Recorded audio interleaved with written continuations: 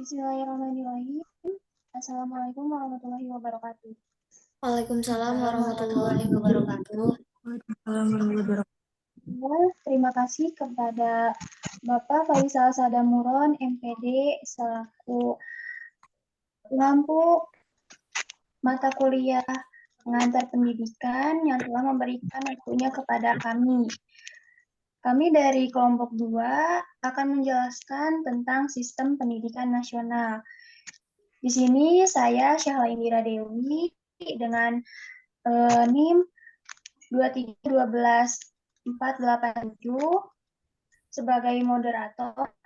Ini juga saya tidak sendiri, ada anggota saya yaitu Perkenalkan, nama saya Nurkulatun Nabila Atika dengan NIM 2303739. Perkenalkan, nama saya Flaurita Ines Zahara dengan NIM 2311814. Perkenalkan, nama saya Rahela Kesha Muftuha dengan NIM 2308446. Oke, baik. Kita dari pertanyaan terlebih dahulu yang akan dijelaskan oleh saya sendiri.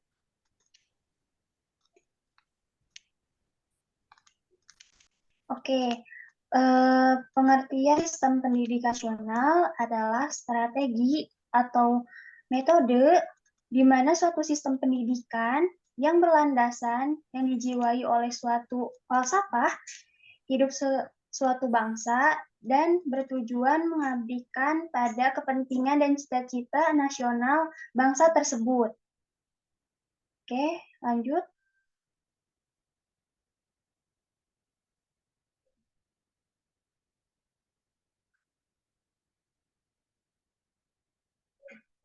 Selanjutnya di sini ada suprasistem pendidikan nasional.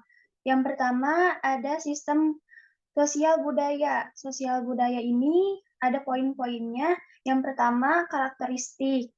Karakteristik ini dilihat dari lingkungan sekitarnya. Terus ada implementasi bagi sistem pendidikan nasional. Di sini menjadi landasan kondisi budaya yang menjadikan sistem pendidikan nasional tersebut. Terus ada sistem biososial penduduk. Yang pertama ada batasan. Batasan di sini adalah kumpulan orang yang menghuni suatu kesatuan wilayah, kampung, desa, kota, negara, pulau, atau benua. Terus ada karakteristiknya juga, penduduk mempunyai aspek statistik yang berkenaan dengan jumlah, komposisi, terus ada berlandasan pada usia, pekerjaan, jenis kelamin, penghasilan, dan sebagainya. Yang kedua ada penduduk mempunyai aspek dinamis. Maksudnya dinamis di sini yang berkenaan dengan pertumbuhan dan pengurangan gerakan penduduk kayak migrasi dan perubahan komposisi penduduk dalam kurun waktu tertentu. Terus ada tentang sistem ekonomi makro. Yang pertama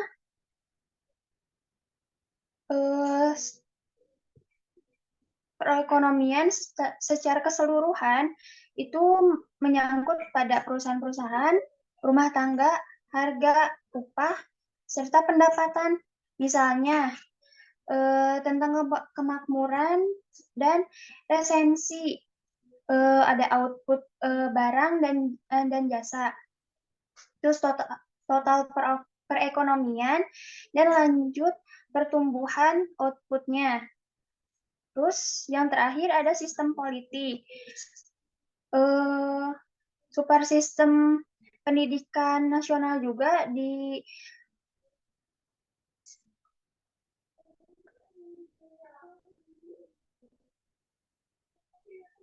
yang pertama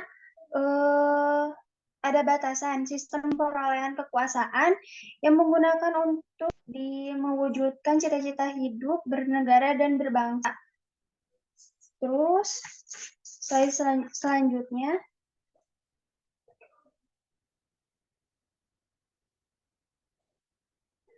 Sistem pendidikan nasional juga mempunyai tujuan dan fungsi. Yang pertama, tujuannya untuk mengembangkan kemampuan diri untuk membentuk watak serta peradaban bangsa yang bermartabat dalam rangka mencerdaskan kehidupan bangsa agar berkembangnya potensi peserta didik. Terus di sini juga ada fungsinya. Fungsi dari sistem pendidikan nasional tersebut yang pertama menjadi sarana untuk membangun pribadi yang lebih baik. Yang kedua, mengembangkan potensi sumber daya manusia. Yang ketiga, pengembangan budaya. Di sini pengembangan budaya bisa mengenalkan peserta didik kita untuk lebih mengenali budaya-budaya yang ada di Indonesia. Terus ada pengembangan bahasa Indonesia. Yang selanjutnya ada serta sebagai sarana untuk mengembangkan kemampuan, meningkatkan mutu kehidupan dan martabat bangsa Indonesia. Tujuan dan fungsi sistem pendidikan nasional ini sesuai dengan Undang-Undang RI Nomor 2 Tahun 1998 Bab 3 Pasal 3. Oke, untuk slide selanjutnya akan dipaparkan oleh Saudari Rahel. Pada Rahel, saya persilahkan. Baik, terima kasih Saudara Syahla untuk memberikan saya kesempatan untuk berbicara. Jadi selanjutnya ada kelembagaan pendidikan. Kelembagaan pendidikan ini dapat dilihat dari segi jalur pendidikan dan program serta pengelolaan pendidikan. Yang pertama ada jalur pendidikan, yaitu ada jalur pendidikan sekolah dan luar sekolah.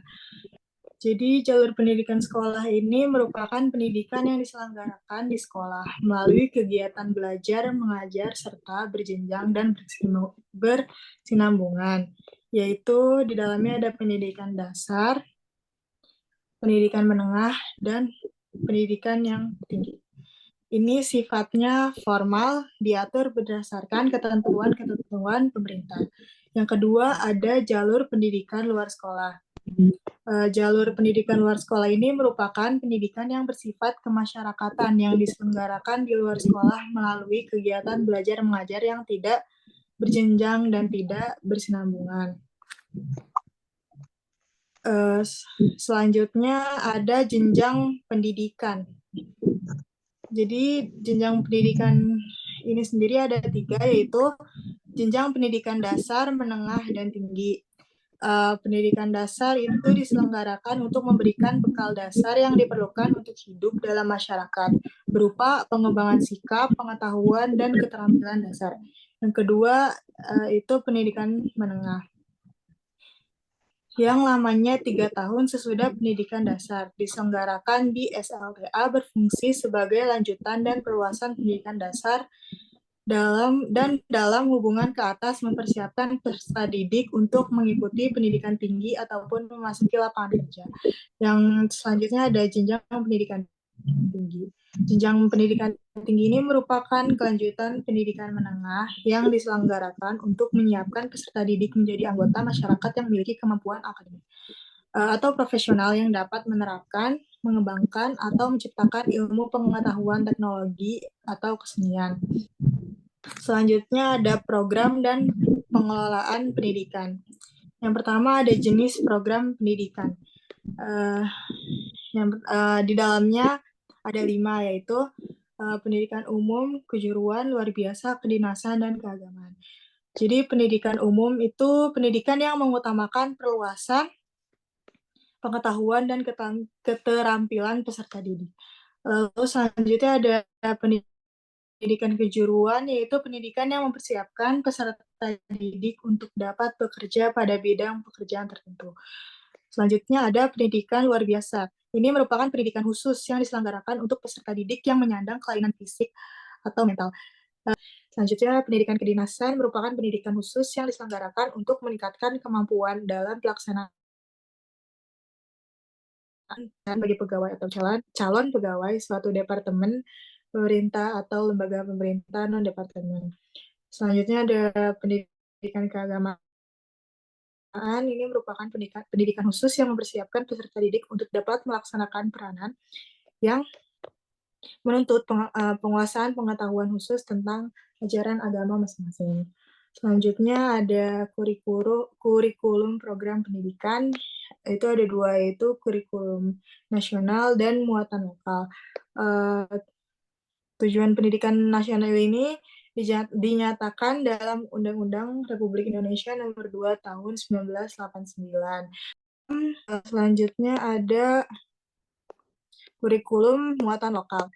Muatan lokal itu adalah program pendidikan yang isi dan media penyampaiannya dikaitkan dengan lingkungan alam, sosial, dan budaya serta kebutuhan daerah. Selanjutnya, slide selanjutnya.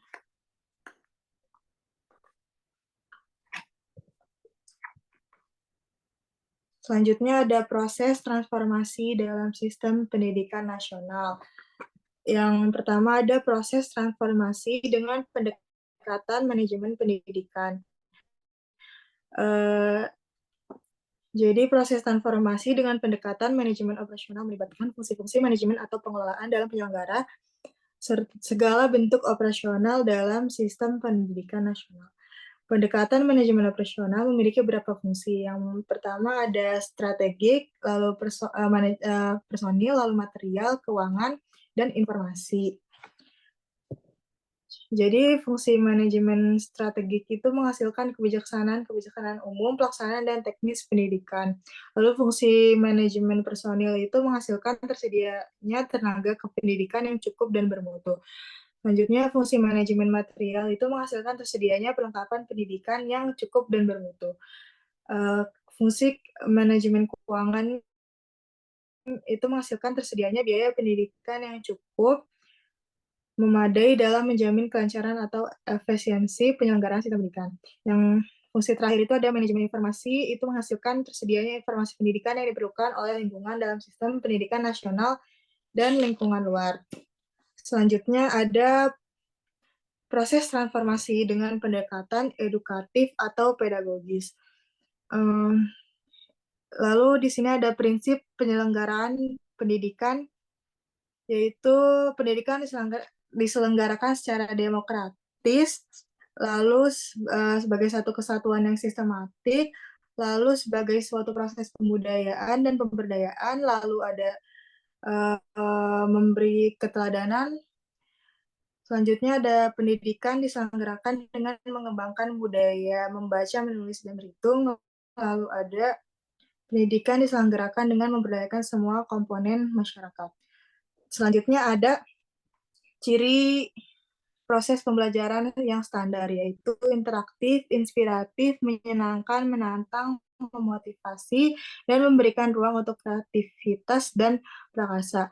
Jadi interaktif sendiri ini artinya proses pembelajaran yang berjalan secara dialogis dan terjalin komunikasi yang multiarah. Semua siswa itu terlibat dalam proses pembelajaran ini.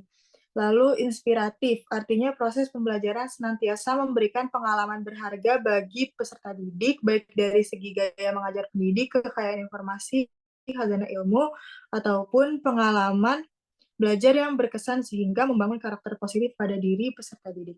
Selanjutnya itu ada menyenangkan. Jadi menyenangkan itu artinya proses pembelajaran yang jauh dari kesan monoton dan jenuh. Selalu saja memunculkan unsur inovasi dan estetika sehingga berdampak positif bagi peningkatan semangat dan kebahagiaan bagi peserta didik. Selanjutnya ada menantang, yaitu artinya proses pembelajaran itu selalu memancing kuriositas peserta didik dalam mempelajari sesuatu. Selanjutnya ada memotivasi.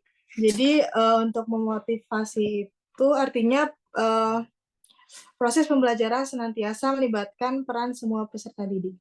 Terkadang dibentuk dalam aktivitas pembelajaran yang kooperatif, setiap peserta didik memiliki tanggung jawab terhadap kelompok belajarnya sehingga terdapat iklim yang ketergantungan sosial yang positif. Yang terakhir ada memberikan ruang untuk kreativitas dan prakarsa. Itu artinya proses pembelajaran itu senantiasa mengedepankan output berbasis karya dari peserta didik. Baik, slide selanjutnya.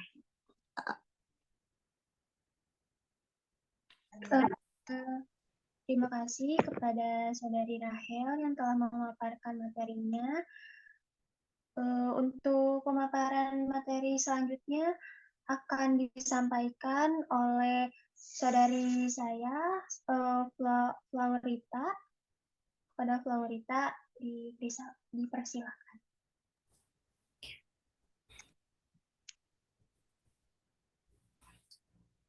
Baik, di sini ada struktur pendidikan. Nah, di dalam struktur pendidikan ada input dalam sistem pendidikan. Input adalah masukan yang akan diproses dalam sebuah sistem sehingga menghasilkan output dan outcomes nantinya. Input pokok dalam sistem pendidikan adalah dasar pendidikan, tujuan pendidikan, dan peserta didik. Nah, dasar pendidikan. Dasar pendidikan adalah nilai-nilai yang mendasari penyelenggaraan pendidikan di suatu tempat. Terus ada tujuan pendidikan. Tujuan pendidikan adalah harapan dari pendidikan nasional sesuai Undang-Undang Nomor 20 Tahun 2003 tentang Sistem Pendidikan Nasional Pasal 3 adalah bertujuan untuk berkembangnya potensi peserta didik agar menjadi manusia yang beriman dan bertakwa kepada Tuhan Yang Maha Esa, berakhlak mulia, sehat, berilmu, cakap, kreatif, mandiri, dan menjadi warga negara yang demokratis serta bertanggung jawab. Terus ada peserta didik. Peserta didik adalah anggota masyarakat yang berusaha mengembangkan potensi diri melalui proses pembelajaran yang tersedia pada jalur, jenjang, dan jenis pendidikan tertentu. Nah, terus ada proses pendidikan. Nah, di dalam proses pendidikan adalah kegiatan komponen pendidikan oleh pendidik yang terarah mencapai tujuan pendidikan. Terus ada komponen-komponen yang saling berkesinambungan dalam proses pendidikan, yaitu ada pendidik dan tenaga kependidikan, terus ada kurikulum, ada sarana dan prasarana, ada anggaran, lingkungan pada sistem pendidikan.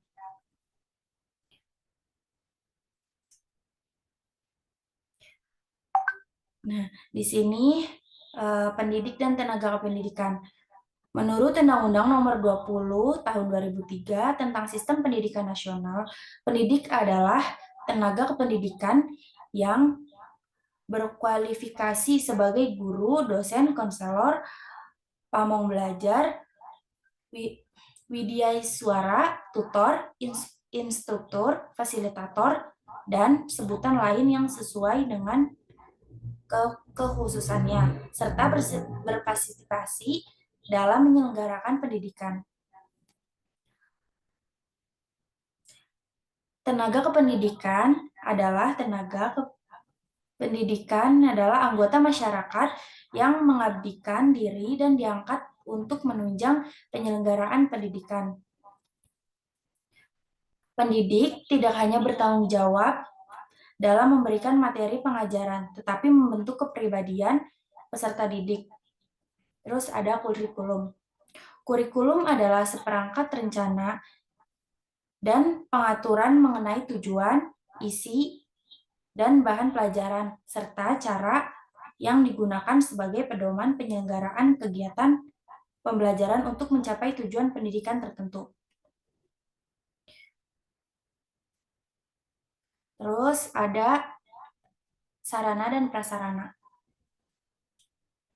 Sarana dan prasarana dalam pendidikan adalah segala macam peralatan yang digunakan pendidik dan peserta didik dalam memudahkan penyampaian materi pembelajaran. Terus, administrasi. Administrasi pendidikan adalah kegiatan yang berkenan dengan penataan sumber, penggunaan, dan pertanggungjawaban dana pendidikan di sekolah atau lembaga pendidikan. Terus ada anggaran. Anggaran adalah biaya yang dipersiapkan dengan suatu rencana terperinci. Nah, terus dalam struktur pendidikan juga ada lingkungan pada sistem pendidikan, yaitu lingkungan keluarga, lingkungan sekolah atau lembaga pendidikan, lingkungan masyarakat, lingkungan keagamaan, lingkungan sosial budaya, lingkungan alam, lingkungan ekonomi, lingkungan keamanan, dan lingkungan politik. Terus juga selain ada input proses pendidikan, ada juga output pada sistem pendidikan. Output adalah hasil keluaran dari proses yang terjadi dalam sistem pendidikan. Output pada sistem pendidikan adalah ada lulusan dan putus sekolah. Bisa dilanjut slide-nya. Nah, baik, ada kebijakan-kebijakan pendidikan yang berpengaruh pada sistem pendidikan nasional. Yang pertama, ada program pembangunan kurikulum. Program pembangunan kurikulum adalah proses perencanaan dan penyusunan kurikulum oleh pengembang kurikulum dan kegiatan yang dilakukan agar kurikulum yang dihasilkan dapat menjadi bahan ajar dan acuan yang digunakan untuk mencapai tujuan pendidikan secara nasional. Terus yang kedua adalah program pengadaan buku paket. Yang ketiga ada BOS atau bantuan operasional sekolah. Nah,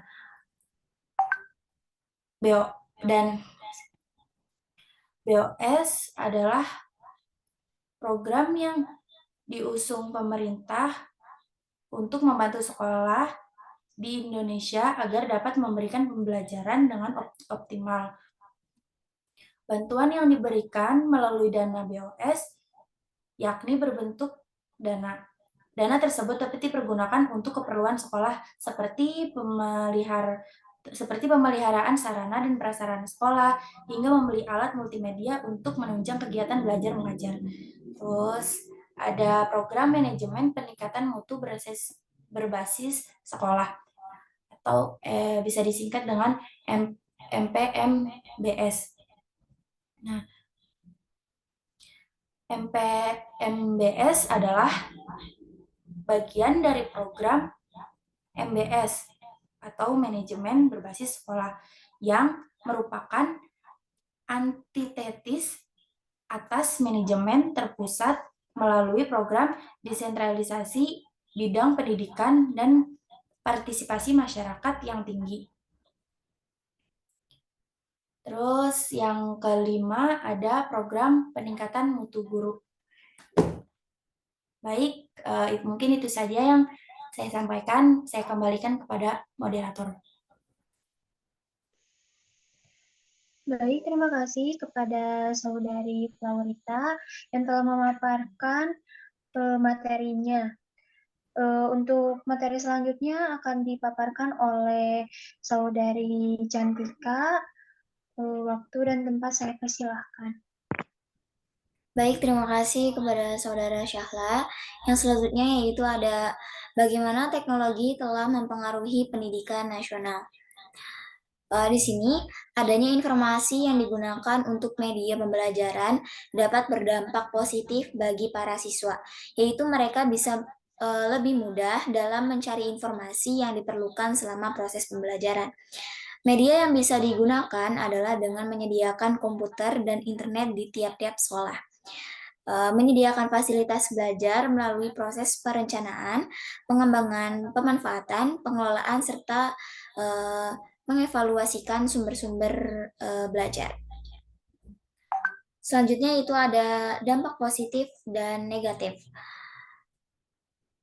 Dampak positif teknologi digital antara lain mempercepat komunikasi dan mempermudah pekerjaan. Sedangkan dampak negatifnya antara lain menumbuhkan individualisme, fitnah, dan sikap antisosial.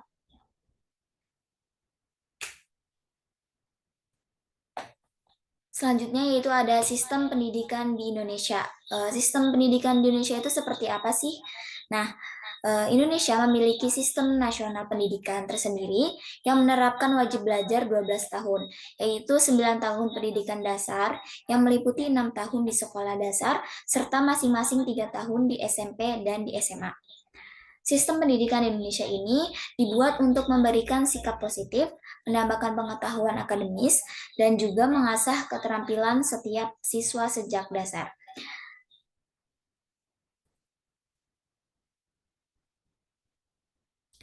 Baik, sekian dari saya kembalikan kepada moderator.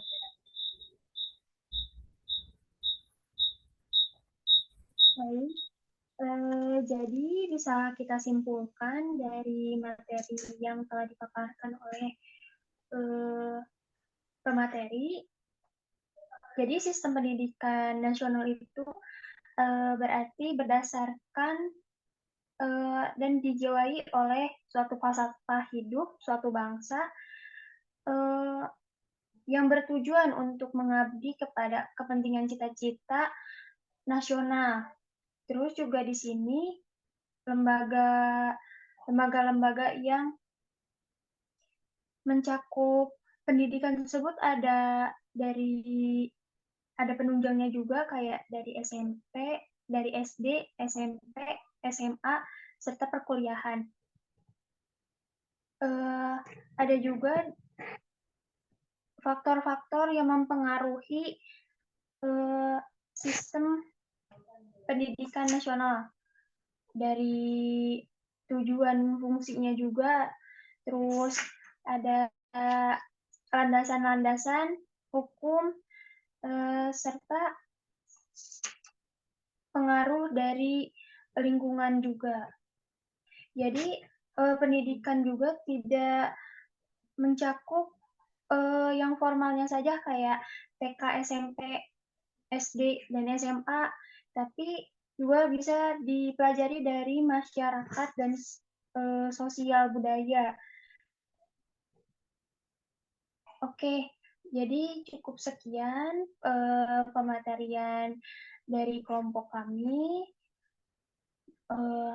Mohon maaf apabila banyak salah kata atau salah pengucapan dalam PPT atau pemaparan dari kami. Kurang lebihnya saya mohon maaf. Saya sebagai moderator undur diri. Assalamualaikum warahmatullahi wabarakatuh. Assalamualaikum warahmatullahi wabarakatuh.